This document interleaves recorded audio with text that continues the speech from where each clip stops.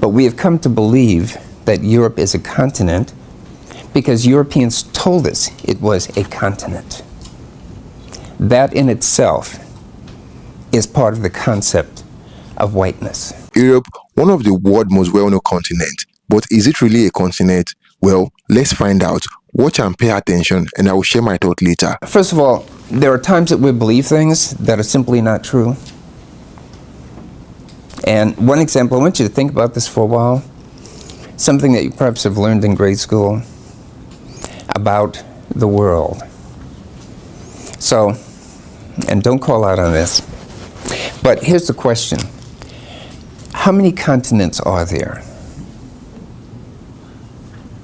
I'm sure you learned about that. And then the other question is, can you name them? With a teacher, there's always a quiz. So can you name them? Okay, and I said not to call out. So if you said 7, you are absolutely wrong. Continent is a huge body of land. There are 6 huge bodies of land.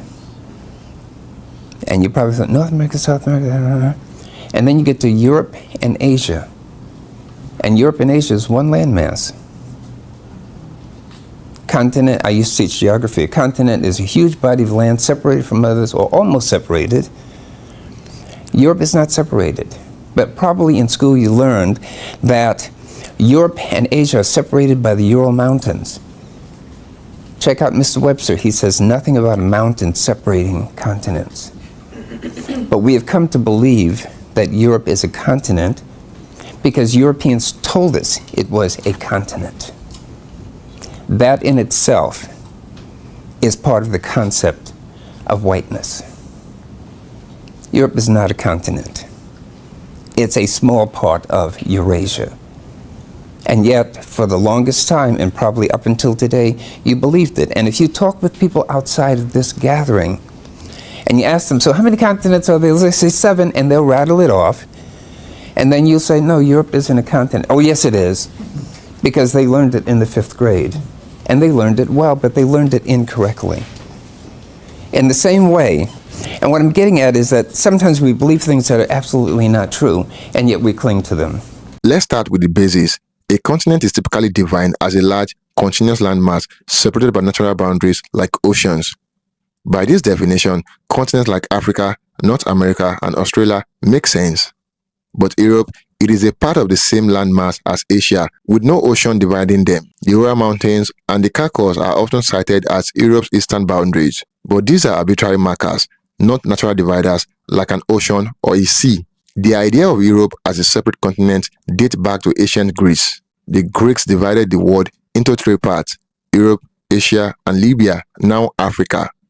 This was not based on geographic, but on cultural and political differences. Over time, this division became more about identity than physical geography.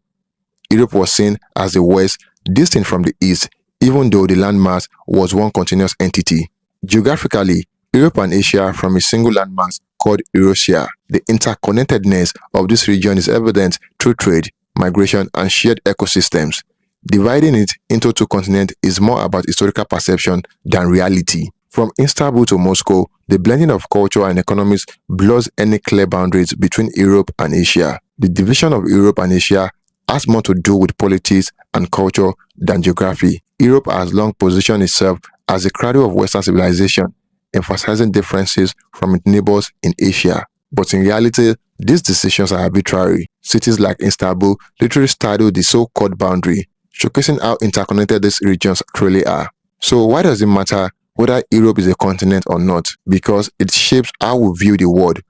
By treating Europe as separate, we reinforce outdated division rather than embracing a more unified perception of our planet. Recognizing Eurasia as a single landmass challenges us to rethink history, culture, and global politics.